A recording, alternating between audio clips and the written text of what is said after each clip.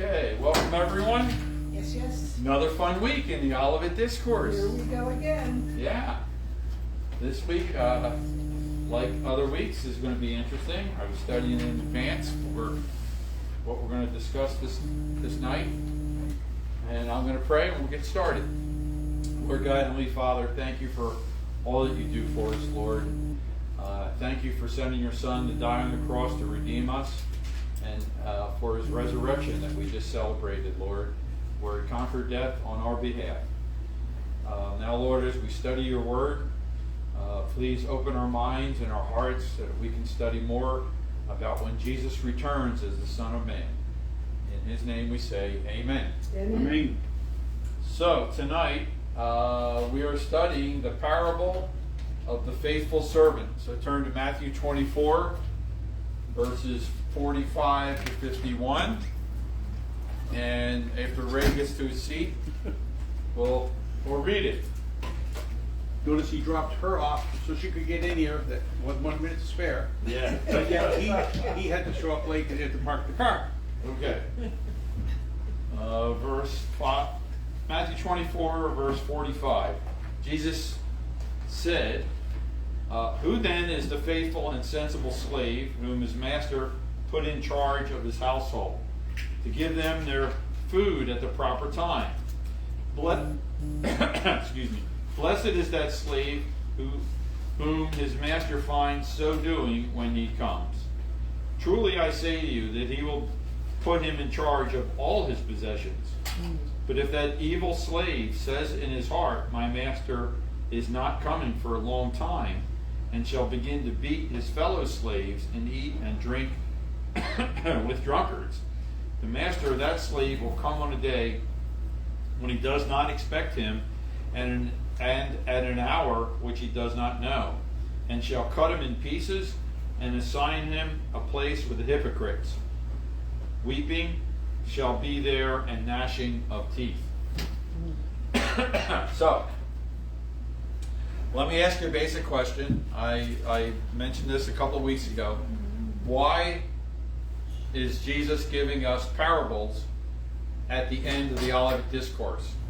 The first part of the Olivet Discourse was all the chronological events that are going to be coming. And then he talks about the return of the Son of Man, the gathering of the church, the start of the day of the Lord. So why is he now giving us parables? Because he's trying to prepare us. He wants us to understand. He's Be on trying. the alert. He wants to be on the alert. That's right. That's the purpose of each of these parables, is to know, to be on the alert. That you don't know the time, the day or the hour is the phrase that's used, but to be watchful. That's the main message. Okay? So beginning here in Matthew 24:45, we have this parable of the faithful servant. He provides more detail in this parable than in the previous one about the thief. I don't know if you noticed that or not, but the characters in this parable are metaphors for believers, unbelievers, and for Jesus Christ. Okay? The faithful and sensible servant represents believers. The evil servant represents unsaved, ungodly person, while the master of the house represents Jesus Christ. The master was present, then departs for an unknown period of time. So that's what we have with Jesus Christ. He was here on earth. He left. We know he's coming back, but we don't know when. Right? The servants or slaves know he is temporarily gone, but they do not know when he'll arrive again. The first example is of faithfulness, and the second is about sinful rebellion.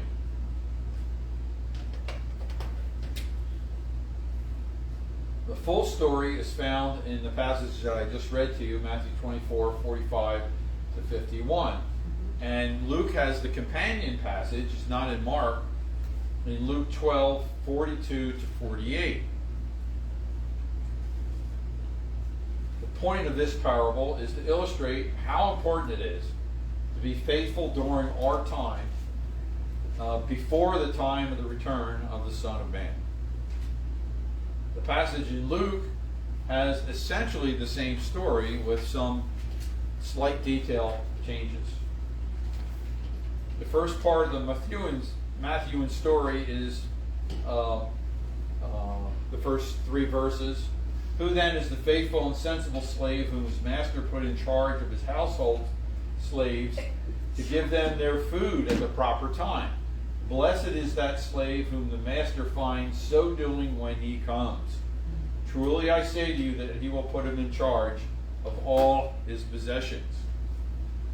So what do you think about this? Let me hear your thoughts before I continue.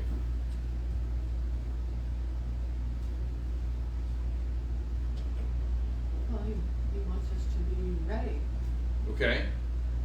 Introspection. Why do you think he presents the story the way he presents it? So that you can put yourself in that position. Okay. Now, did you notice how the story changes here in these first 3 verses? Yeah, for sure. Okay, so what changes about it? Well, it goes from being a faithful believer to an unaware to a non-believer. Well, not in these 3 verses right here. These 3 verses are about the good servant, the good slave. Oh. Okay? He puts him in charge of his household. He puts him in charge of the household slaves, not the whole household, in charge of the slaves to feed them. Right? And then in verse 46, blessed is the slave whom his master finds doing when he comes. Right? So if he does it right, then he gets an attaboy. And then truly I say to you that he will put him in charge of all his possessions. Okay? So Big promotion. big promotion. But the first part is a lesser assignment, is actually a test. It's a form of a test. It doesn't seem like an obvious test, but it is a test. Right? Yes. When people put you in charge of something or give you responsibility, they're testing your ability to uphold that responsibility. Right? They expect you to do it, but it's still a somewhat of a test. Okay? Now, here's the Luke's version.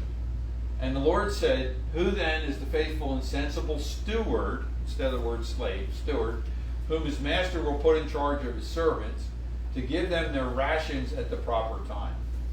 Blessed is that slave whom his master finds so doing when he comes. Truly I say to you that he will put him in charge of all his possessions. Now here's the negative part. But if that slave says in his heart, my master will take a long time to come, and he begins to beat the other slaves, both men and women, and to eat and drink and get drunk, then the master of that slave will come on a day that he does not expect, and at an hour that he does not know, and he will cut him in two, and assign him a place with the unbelievers. And that slave who knew his master's will and did not get ready or act in accordance with his will receive many blows. But the one who did not know it and committed acts deserving of a beating will receive only a few blows. From everyone who has been given much, much will be demanded, and to whom they entrusted much, of him they will ask all the more. So, it's the same basic story, but there is a twist in the Lukean version. Okay? Jesus begins by asking this rhetorical question. Who is the faithful servant? The question opens up the realm of possibilities to who can it be, or can it be you? Right? Because it's a generic statement. It's an indirect way of causing introspection to the listeners. So we all think about it. Can it be me? The slave or servant is from the Greek word doulos. Have you heard this word before? Yes. Right? It occurs in the New Testament pretty frequently. Doulos is someone who belongs to another. The word is often translated as bond slave, which means without any ownership rights of their own. Okay? That's what doulos means, bond slave. Doulos is a term of high respect in the New Testament. So let me give you some societal context here. People volunteered themselves to become a bond slave, a bond servant. If they were poor and they had a debt that they couldn't repay, they would go to somebody wealthy and say, will you pay my debt, and then I'll come live and work with you or for you until the debt's paid off. Okay? So in America we call that indentured servant, right? It's the same thing. Think of it the same way. Right? So even though the English translation of doulos uses the word slave, okay, that is correct, but in America we have a bad history of the word slave. Okay? So slaves in this societal norm with bond servants, the slaves were treated real well. They weren't mistreated at all. Yeah. All right? So I want you to understand the context of that. It refers to believers who voluntarily surrender themselves to be a devoted follower under Christ's authority. Paul said he was ton doulos. He was a bondservant of Jesus Christ. Okay? In the companion verse of Luke 12:42, Luke uses oikonomos, which is manager or steward, instead of doulos. But Luke switches to doulos in Luke 12:45. I don't know if you noticed that when I read the Lukean version. He starts out referring to him as a steward, and then one or two sentences later refers to him, 3 verses later, refers to him as a slave. Doulos. The King Jimmy renders it as, who then is a faithful and wise servant, which is a slightly different translation than that of the New American Standard Bible that I just read to you. It is translated from ha pistos, doulos kai phronimos, which is literally translated as the faithful slave and wise. Phronimos does mean wise or sensible. Okay? The same word, phronimos, is used of the wise versions in Matthew 25. Let's say somebody to look up Matthew 25. I got it. All right, verses 2, 4, 8, and 9, please. Since you're good. And 5 of them were wise, and 5 were foolish. Mm-hmm. But the wise took oil in their vessels with their lamps. Right? What's the next one? You're standing 8. in front of it. 8 and 9. And the foolish said unto the wise, give us of your oil, for our lamps are gone out. But the wise answered, saying, not so, lest there be not enough for us and you. But go ye rather to them that sell, and buy for yourselves. Okay. That's going to be the next parable that we examine after this one. Mm-hmm. That is one of the most interesting ones, because the interpretations of that parable are so varied. Mm-hmm. And I'm going to show you 4 or 5 different interpretations. It's going to be interesting. It is interesting to note that of the 14 New Testament occurrences of phronimos, 5 of them are in the Olivet Discourse. Okay? Let's look up Matthew 10:16. Let somebody else read that besides Barbara. What is it? 25? Matthew 10:16, please. 10. Yeah. Backwards. Yes. What we gonna- Remember I told you, there are elements of the Olivet Discourse that are sprinkled all throughout the Gospel. Okay, chapter 10, verse 16? 16. Just 16? Yeah. Behold, I sent you out as sheep in the midst of wolves. Therefore, be wise as serpents and harmless as doves. There it is. Okay, so this is just a look at this word, phronimos. Okay?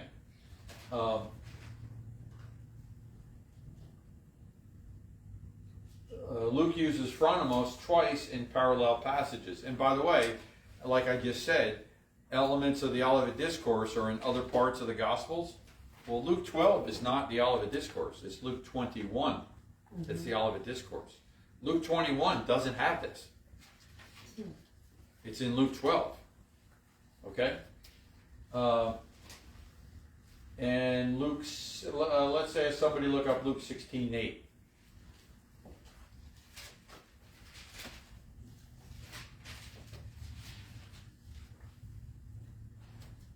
Whoever gets there first. Go ahead, Earl. 16:8. Yeah. Let me get my eyes focused here. The master commended the dishonest manager for his shrewdness. Right. For the sons of this world are more shrewd in dealing with their own generation than the sons of light. Yeah. I taught the men's group a lesson on that passage a couple of years ago. Very intense. Very, very intense lesson in that. It is appropriate that the parable refers to him as the faithful and sensible slave, which is a direct implication that this is a reference to those who are followers of Jesus Christ. He is given the appointment of charge by the master. He did not request it. He didn't ask for this. Somehow, the master in charge of the house figured it out. He just picked him out and decided he's the guy I trust. His master knows his reputation and counts him to be reliable to execute the operations of the household while the master is away. In Matthew 24:46, the faithful slave in charge operates the household exactly as the master expects. So verse 46 is, "Blessed is that slave whom his master finds so doing when he comes." He is called blessed because of it. There is no indication that the slave knew when the master would return. We are left to presume that the slave did not know that the master's return was a surprise to the whole household. As a result of what the master finds upon his return, in verse 47 tells us that the slave receives yet another unexpected reward.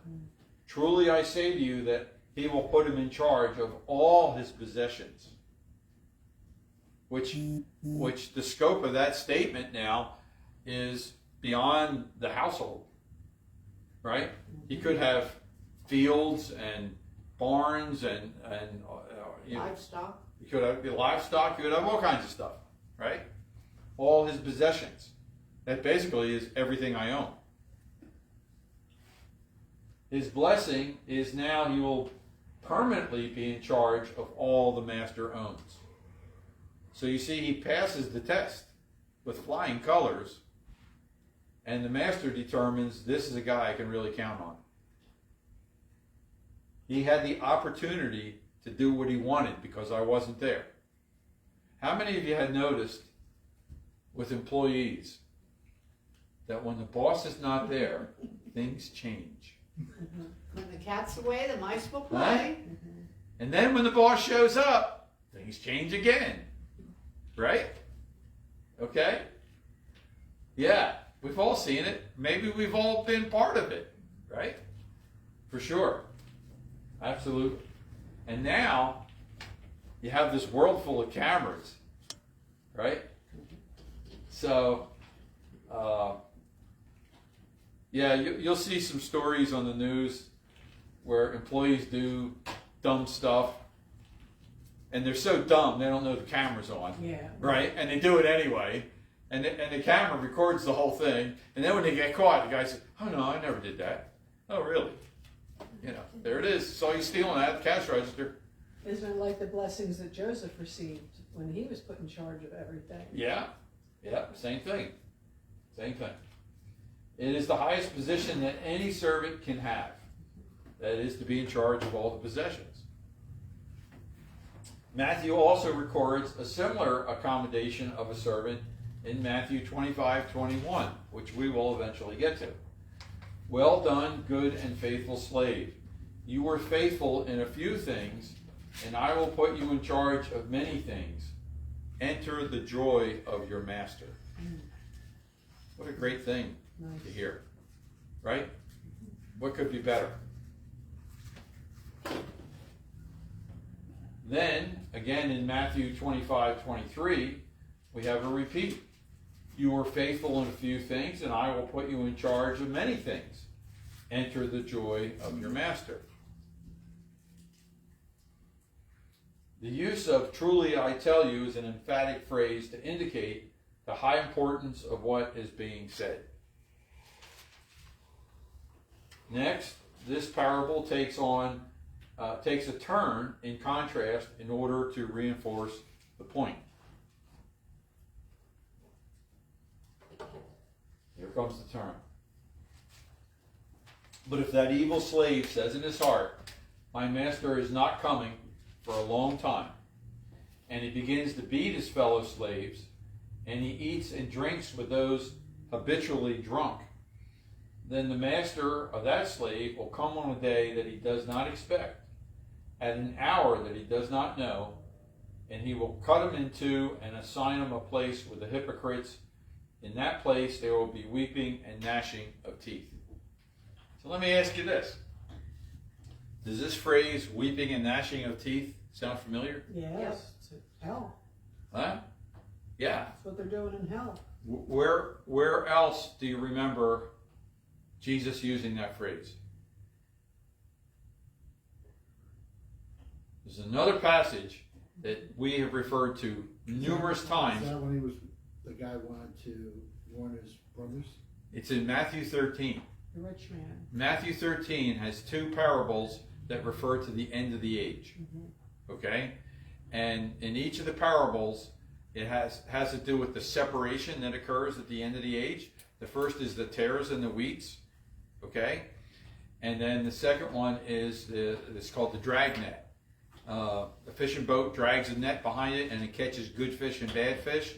They bring it ashore, they separate them, and the bad fish are thrown into the place where there will be weeping and gnashing of teeth. Okay? So this is a common saying that Jesus uses to refer to the place of eternal torment. We call it, the best way to describe it is eternal conscious torment. Okay? In 2 books from now, when we get into the one I'm working on now, what happens after we die, we're going to study the doctrine of annihilation, where the doctrine of annihilation is in opposition to the doctrine of eternal conscious torment. Okay? Very interesting. Verse 48 begins with END. If, however, is the translation, or could be but if, which indicates a conditional statement follows. It presents a hypothetical alternative possibility. Now, Jesus describes that evil slave, which is some insight as to what is in this man's heart and his core character. He is the obvious opposite of the first slave example that was faithful and wise. The Greek used in Matthew 24:48 and the first half of Luke 12:45 are identical, except that Matthew inserts the word kakos, which is translated as evil. So that's an adjective. He reasons in his heart. Which indicates what he truly believes, but not necessarily speaks about. So when you read about what's in a person's heart in the New Testament, it's always about what their core belief is. It's never about the muscle in our body. Okay? The word is cardio, right? And or cardia is with a K, K-R-D-I-A is the transliteration, which indicates what he truly believes and not necessarily speaks about. Arrogance of the heart is also found in Deuteronomy 8:17 and Isaiah 47:8. So let me ask two people. One person look up Deuteronomy 8:17, and another person please look up Isaiah 47:8. Deuteronomy 8:17. Yes. And thou say in thine heart, my power and the might of mine hand hath gotten me this wealth. Yeah. My own power and the might of my own hand has gotten me this wealth. Yeah. And boy, we have a lot of people that believe that today, Yes. right? A lot of unsaved people. Mhm. Who has Isaiah 47:8?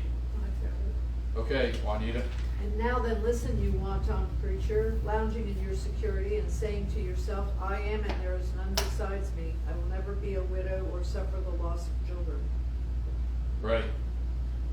In other words, everything's going good for me. I'm never going to have anything bad.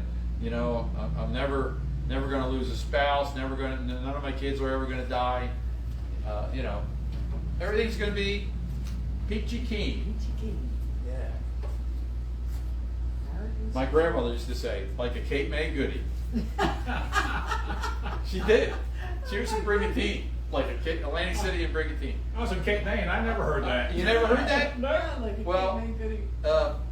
The idea of a Cape May goodie was somebody from out of town that had a lot of money that went to Cape May and, you know, was in a hotel or something, and people waited on them. Yeah. They sit in a lounge chair with their feet up, snap their fingers. I'll have lunch, please. I'll have a drink. And they're a Cape May goodie. Never heard that. That's my grandmother, Dorothy Westcote. That's really sweet. Yeah. He starts to think, my master's not coming for a long time, or delayed in the King Jimmy, which is an indication that this slave believes he has an idea of when the master will return. Right? If you think he's not coming for a long time, that means you don't believe he's coming soon. You have some idea, not precisely or accurately, but you have some idea that it's further out in time, and I have time to do other things while he's away. That's what's going on here. Obviously, he does not think the master will return quickly, and there is mention of a similar delay of the groom in Matthew 25:5. Let me ask somebody to look that up. Parable of the foolish virgins. While the bridegroom tarried, they all slumbered and slept. While the bridegroom tarried, they all slumbered and slept. Yes. Douglas Sean O'Donnell remarks about this slave being a hypocrite. This is a really interesting comment. I like this. I was reading it today. This man is harsh and godless because he believes in cheap grace. He thinks God is not looking and Jesus is not coming when he is sinning.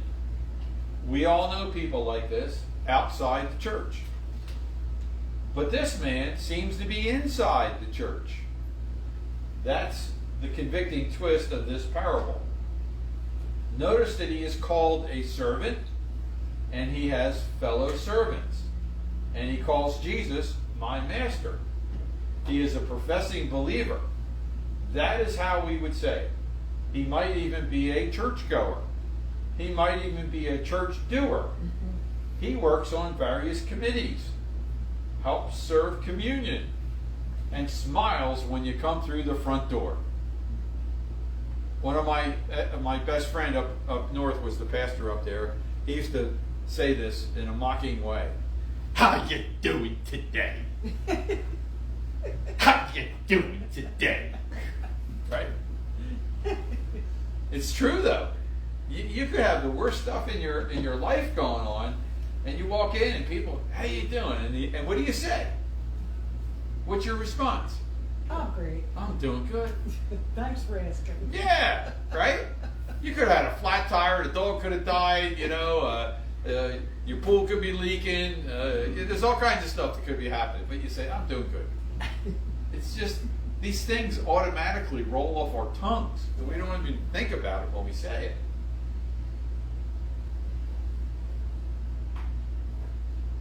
O'Donnell's observations deserve some consideration. He is an equal one of all the slaves of the household of the master. And we get that from verse 49. And he shall begin to beat his fellow slaves and eat and drink with drunkards. So that is an interesting observation, right? He's not outside of this master's dominion, right? He's in there. He's part of it. He's an equal part of the whole thing. If we take this parable more literally, as O'Donnell does, the evil slave refers to the master as my master in verse 48. Verse 48 says, but if the evil slave says in his heart, my master is not coming for a long time. So in other words, that's what he's thinking. My master. Right? Hardly what an unbeliever would say to refer to Jesus Christ. They don't call him master. They don't have anything to do with him. They have no relationship with him. In Matthew 13, 24 to 30, Jesus tells about how the weeds grow in the same field alongside the wheat. So let's go look at that. Matthew 13, 24 to 30.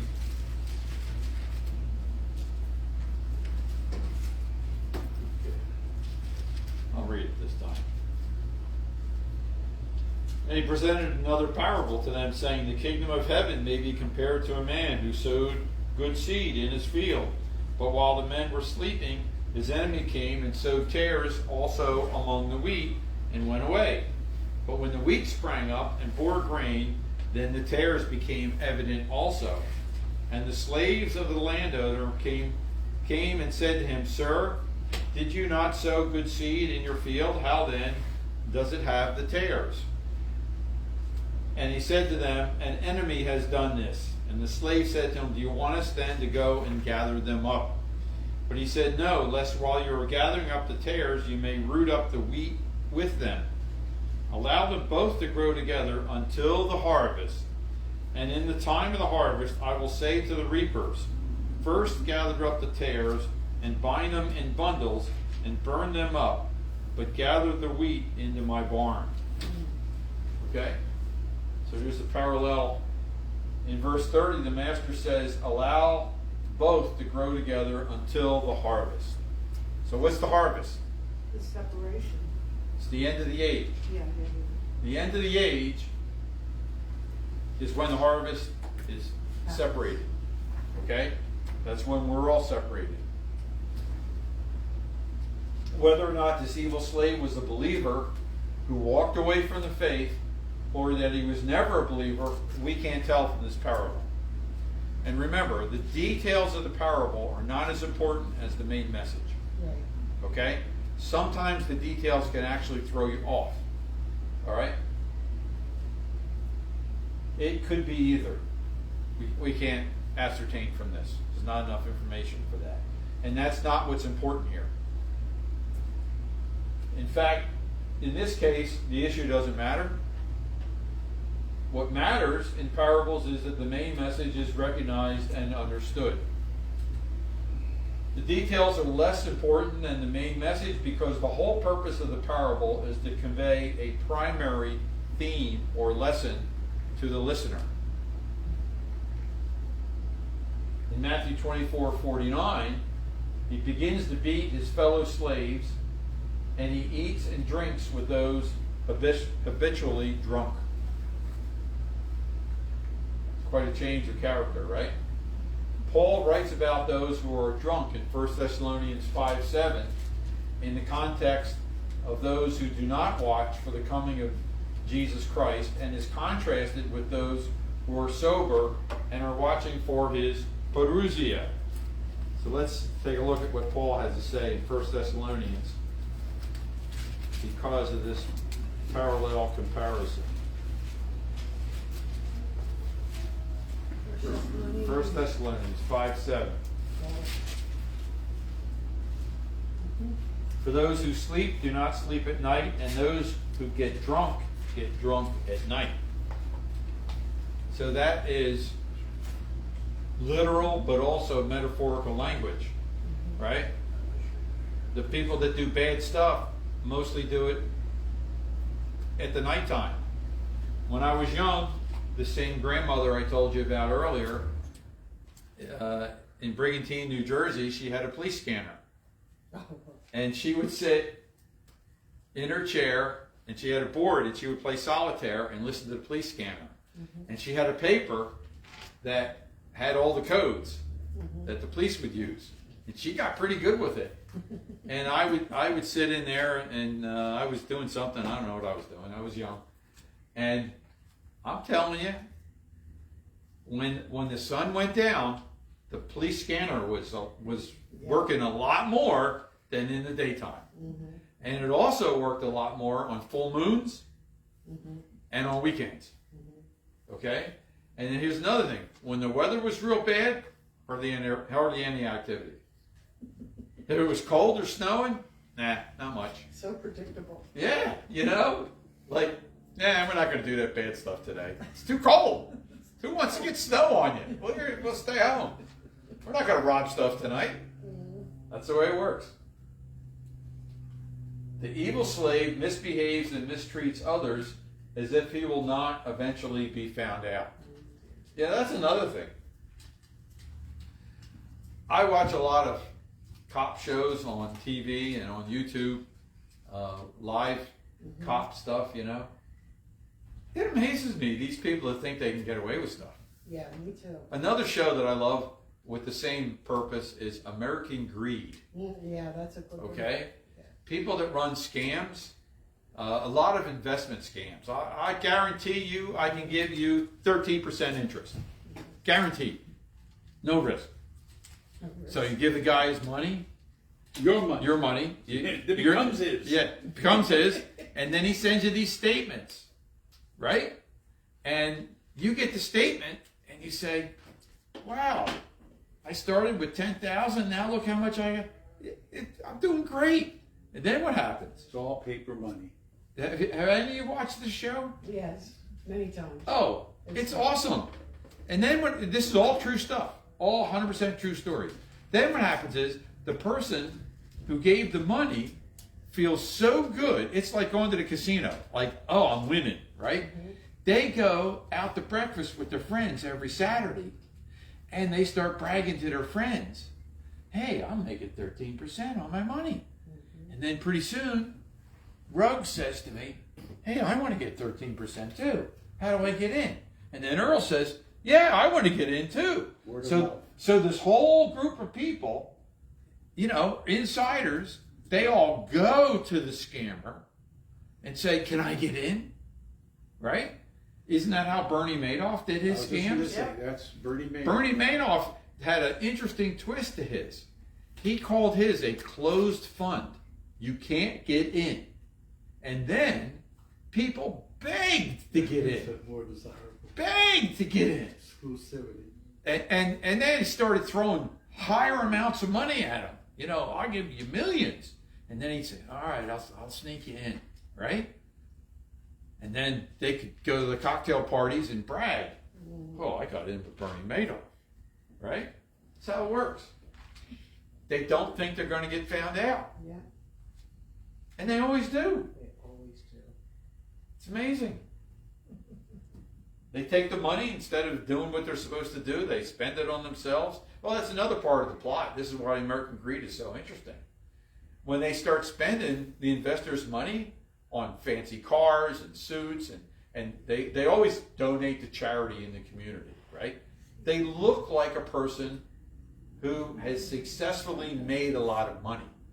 And people want to be hooked up with a winner, right? So they say, oh, this guy Earl, look how well he's doing, right? He must be doing things good. That's who I want to be hooked up with.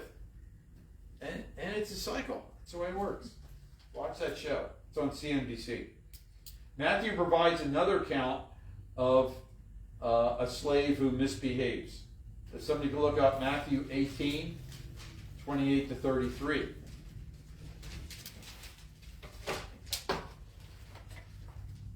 Go ahead. Where was there? But the same servant went out and found one of his fellow servants, which owed him 100 pence. And he laid hands on him and took him by the throat, saying, Pay me that thou owest. And his fellow servant fell down at his feet and besought him, saying, Have patience with me, and I will pay thee all. And he would not, but went and cast him into prison till he should pay the debt. So when his fellow servants saw what was done, they were very sorry, and came and told unto their Lord all that was done. Then his Lord, after that he had called him, and said unto him, O thou wicked servant, I forgave thee all that debt, because thou desiredst me.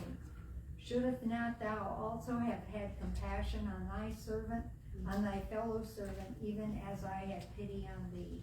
Okay, hold your finger there, please, Gail. Mm-hmm. Now read verse 35. 35. So likewise shall my heavenly Father do also unto you, if ye from your hearts forgive not every one his brother their trespasses. Right.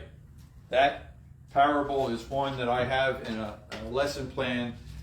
I call it how to live and get along with people in the body of Christ. Because you notice it's his fellow, right? They're in the same group, right? And people in the body of Christ don't understand how important it is to forgive other people in the body of Christ. Look what it says, that my Father's going to do the same thing to you if you don't forgive. And they gloss over that. That's bad. You know, we all take comfort in knowing we're born again, etc., right? We have a relationship with Jesus. But what does that verse say? I don't think you can get away from it. Some other time. That's a good lesson. So the slave, he lives as if there is no future penalty for his bad behavior. He thinks he's going to get away with it. And in doing so, fully disregards the eventual return of the master. Thus, this evil slave is a metaphor for how unbelievers completely disregard the Lord's coming in judgment. They conduct their lives in any way they wish, with no regard to any future. And that's exactly what the 5th chapter of 1 Thessalonians is all about. That's what Paul's writing about. That he says, we believers, we are of the day, and they are of the night. Right? In verse 50, the evil slave, that is Matthew 24:50. Let me turn back to that.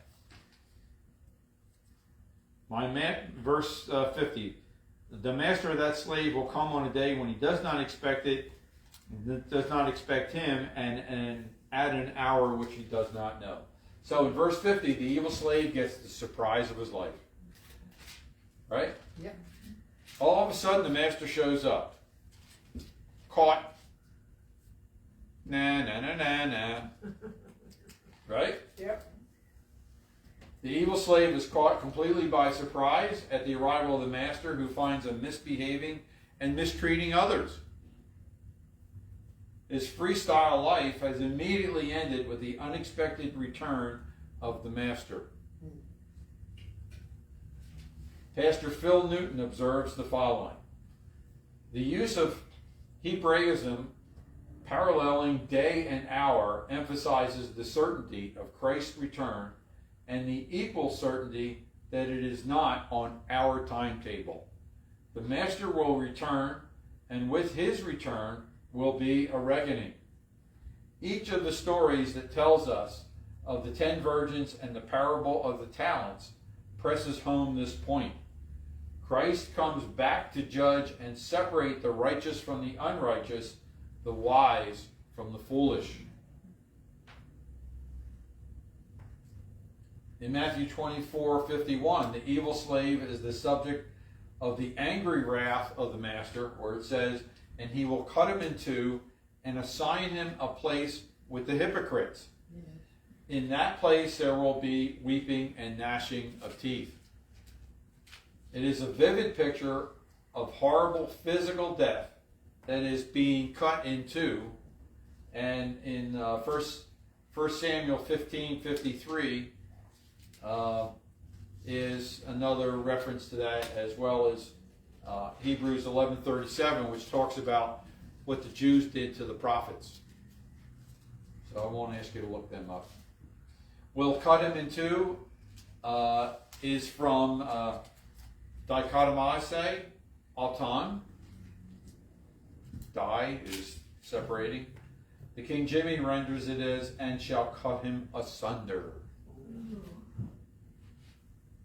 It is literally, will cut in pieces him. Cut him into pieces. Dichotomase is the future indicative tense of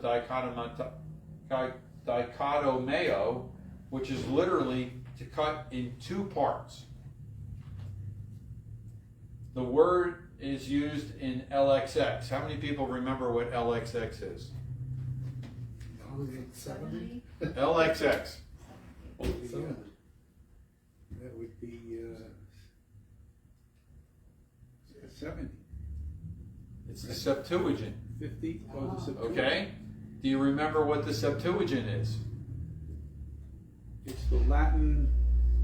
It's That's the Vulgate. Septuagint is the the Greek version of the Old Testament. The Old Testament. There were 70 Jewish scholars in Alexandria, not Alexandria, Virginia, Alexandria, Egypt, that translated the Hebrew into Greek. And that is called the Septuagint, and the shorthand for that is LXX. So if you ever see that in your reading, now you know what it is. Okay? So that's why we can say that this Greek word is used in this Old Testament reference, right? Because the Old Testament was written mostly in Hebrew. Couple sections are in Aramaic. So that's the Greek version. But only here and in Luke 12:46 in the New Testament. So it's not a common word. His horrible death is followed by an eternal judgment of his soul, where he is eternally placed with other hypocrites. Okay? So, like we theorized earlier, this guy could be a part of the church. He could have been a believer. But then he has these evil hearts, evil parts of his heart that makes him a hypocrite. Right? Goes to, like that one commentator said, goes to church, shakes hands, everything looks good with this guy, but he's got this evil stuff in his heart, right? So one of the verses that really rocked me in my time of Bible study was Hebrews 3:12. Be careful, brethren, lest any of you have an evil, unbelieving heart and fall away from the one true God. I thought, wow, how can a believer have an evil, unbelieving heart? But that verse tells us of the possibility of it. Hypocrites is translated from hypokroton, the genitive masculine form of hypokrotes. Hypokrotos is from hypo or hupo, to be under, and krino is to judge. Have you heard me talk about this word before? I'm sure you have. It is a judging under, like a theater performer acting under a mask. In that era, it was common for Greek and Roman theater actors to wear masks to depict their characters. All right, so they either had a mask that attached to their face, or they held up a mask on a stick. Right? So that's how you get the term, it's a two-faced person. Right? And isn't that something we loosely say about somebody that's a hypocrite? You're two-faced? Yep. We don't really say it, verbalize it that much, but we say the word hypocrite pretty frequently, if you have to. But it's two-faced, means the same thing. That's where it comes from. The placement with hypocrites indicates that the evil slave hid his true nature in his heart. He lived properly, and the people around him did not know of the hidden evil in his heart. Hypocrites are never spoken of well in the New Testament. That's a factoid. Matthew negatively cites them numerous times in his gospel. So let's look these up. Somebody could look up Matthew 6, 3 verses there. Somebody else could look up Matthew 15, 7. And someone else look up Matthew 23. We have Matthew 6. Okay, go for 6, Barbara. Therefore, when thou doest thine alms, do not sound the trumpet before thee, as the hypocrites do in the synagogues and in the streets, that they may have glory of men. Verily, I say unto you, they have their reward. 5. Verse 5. And when thou prayest, thou shalt not be as the hypocrites are, for they love to pray, standing in the synagogues and in the corners of the streets, that they may be seen of men. Verily, I say unto you, they have their reward. Yeah, that's speaking of the Pharisees, right? And then 16, please, verse 16. Moreover, when ye fast, be not as the hypocrites of a sad countenance, for they disfigure their faces, that they may appear unto men to fast. Verily, I say unto you, they have their reward. Okay, who has Matthew 15, 7? You hypocrites, Isaiah was right when he prophesied about you. Okay. Matthew 23, 13 to 29. Gail? But woe unto you, scribes and Pharisees, hypocrites, for ye shut up the kingdom of heaven against men, for you neither go in yourselves, neither suffer ye them that are entering to go in. Woe unto you, scribes and Pharisees, hypocrites, for ye devour widows' houses, and for a pretense make long prayer. Therefore ye shall receive the great damnation. Woe unto you, scribes and Pharisees, hypocrites, for ye compass sea and land to make one proselyte, and when he is made, ye make him twofold more the child of hell than yourselves. Okay, that's it. We get the point, right? Yeah. That passage, I don't know how many times the word is used in that passage, but it's like every other sentence. In each case, they are the subject of contempt and condemnation by Jesus.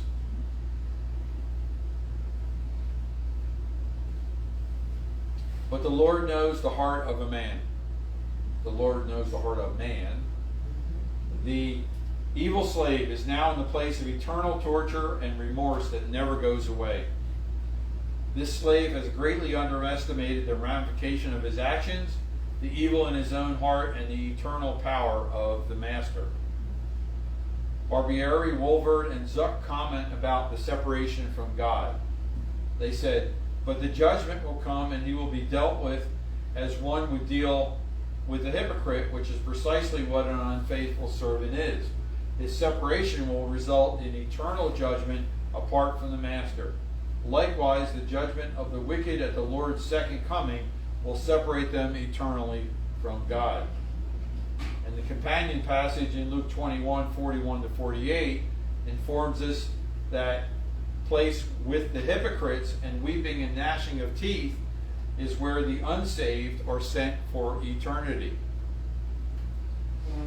Luke 12:46 tells us that this is the place with the unbelievers.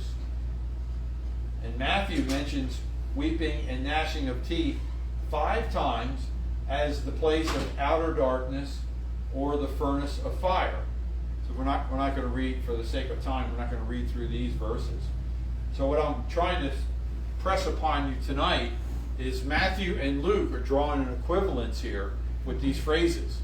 The weeping and gnashing of teeth is the same as the place, a sign of a place with the unbelievers. It's one and the same. It's 2 different ways to describe the same. These are synonymous terms. Okay? Yeah. We like how John Wolvert summarizes this parable. Now, I've been critical of John Wolvert a lot in the past, but when he says the right thing, I'm willing to give him the kudos for that. The implication of this passage is that belief in the second coming of Christ is linked to the belief in the first coming of Christ. If one accepts what Christ was and did in his first coming, he will also accept what Christ will be and do at his second coming, and accordingly will live in preparation. Well said, Walter. I love it. See, we really do have a lot in common. The parable underscores the main theme of the parables he provides after verses 4 to 31 in Matthew 24, which describe the coming events to observe. Okay? That's the main part. It reminds us of the inability to predict the day or hour of the parousia, except that we know with certainty it will come. That when Christ comes again, there is a separation of believers and unbelievers at the episunago.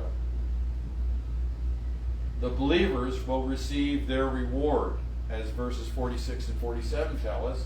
The unbelievers receive eternal judgment, as verse 51 tells us, and assigned an eternity with the rest of the unbelievers from the Lucian version. Like the other parables in the Olivet Discourse, this parable about the two slaves and the master informs us how the parousia, the episunago, that is the gathering of the church, and the day of the Lord all occur together and are not separated. The Olivet Discourse continues into Matthew 25, chapter 25, with parables that teach us how we, the church, must remain diligent to watch the signs just foretold in chapter 24 in order to best prepare us for those days, especially the Great Tribulation. And with that, we're going to conclude our lesson for tonight with 3 minutes to spare. So we didn't finish chapter 11 yet. No! Okay, it says end of chapter 11. Part 2. Okay, part 2. Yes. So this is part 2 of chapter. Yes. All right. Yes. So I have chapter 11 is divided up into 3 slide decks. Uh-huh. And so It's a long one. now we're going to be into the 3rd slide deck that covers chapter 11. Yeah, chapter 11 is pretty extensive. Any discussion or comments, questions, rebukes, Admonitions. admonitions? I always say that. Yeah, Why that's do you always a say good word. admonition for me? All right, thank you all for coming. Yeah.